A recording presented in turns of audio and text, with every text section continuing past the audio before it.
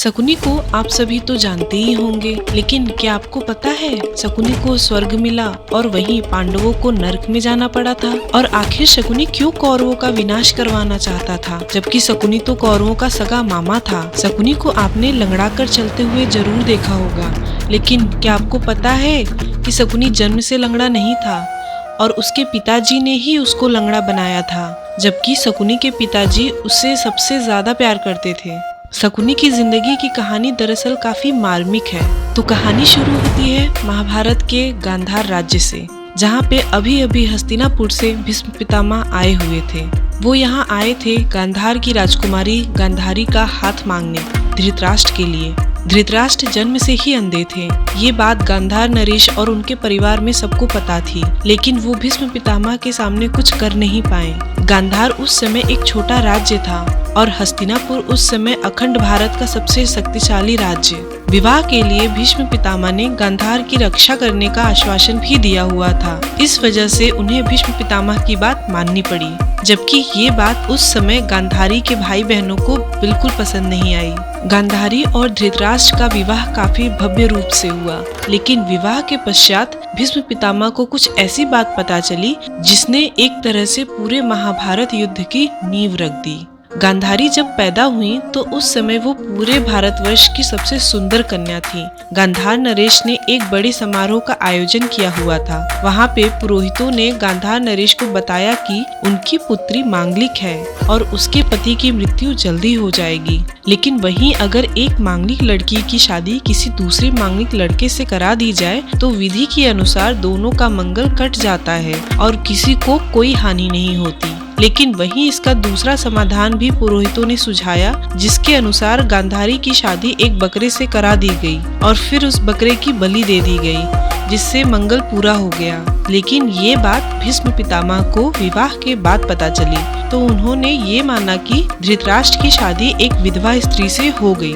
और इस बात को गांधार नरेश ने उन्हें एक बार भी बताया तक नहीं। भीष्म पितामह ने इस बात के लिए गांधार नरेश और उनके पूरे परिवार को सबक सिखाने का निर्णय लिया। भीष्म पितामह ने गांधार नरेश को सपरिवार एक भोज समारोह के लिए आमंत्रण भेजा।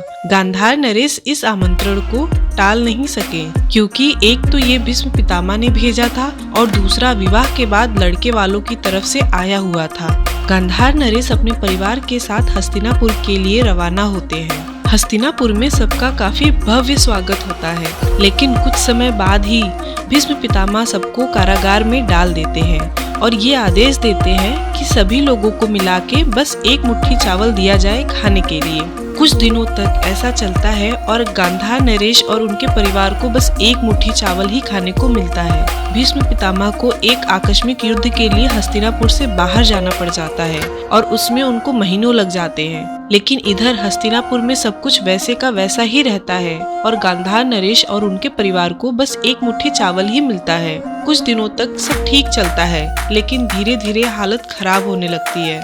कारागार में लोग बीमार होने लगते हैं, कुछ लोगों को भुखमरी होने लगती है और इसी में से एक रहता है गांधारी का छोटा भाई शकुनी। शकुनी उस समय मात्र 7 वर्ष का रहता है और वो अपने सामने अपने रिश्तेदारों को एक एक करके मरते हुए देखता है।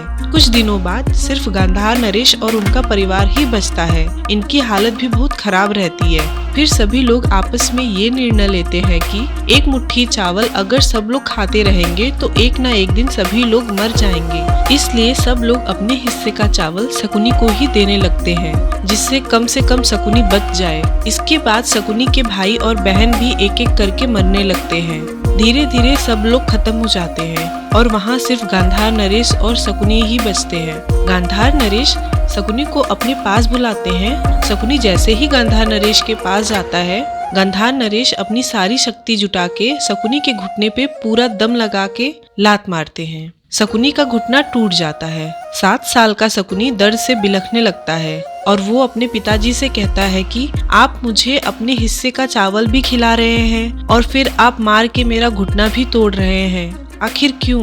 इस पे गांधार नरेश बोलते हैं कि तुम्हारी एक बहन की शादी तो अंधे से हो गई और बाकी भाई बहन तुम्हें अपने हिस्से का चावल खिला के मर गए।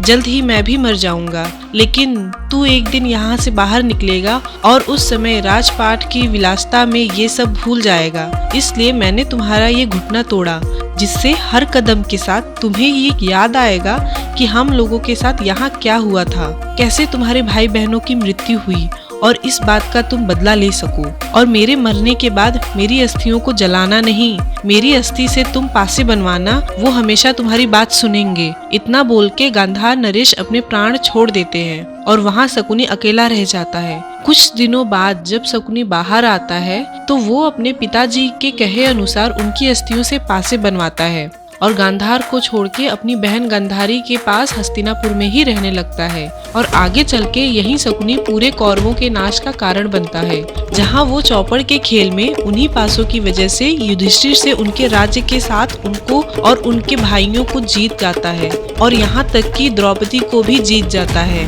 जिसकी वजह से चीरहरण होता है और इसी के चलते महाभारत का युद्ध और कौरवों का नाश हो जाता है। शकुनी सबसे अंत तक जीवित रहता है। वो भीष्म पितामह को सरसैया पे देखता है, गुरु द्रोण को मरते हुए देखता है और सारे कौरवों के विनाश को भी देखता है। और आखिर में वो सहदेव, जो कि पांडवों में सबसे बुद्धिमान थे, उनके हाथों मारा जाता है। और बात आती है कि आखिर शकुनी को स्वर्ग कैसे मिला, तो श्री कृष्ण ने ये बात पहले ही बता दी थी कि कुरुक्षेत्र के रण में वीर गति को प्राप्त होने वाला हर योद्धा स्वर्ग को प्राप्त होगा। और दूसरा कारण ये भी था कि शकुनी ने कुछ भी खुद के स्वार्थ के लिए नहीं किया, बल्कि उसने ये अपने परिवार का बदला लेने के लिए किया था।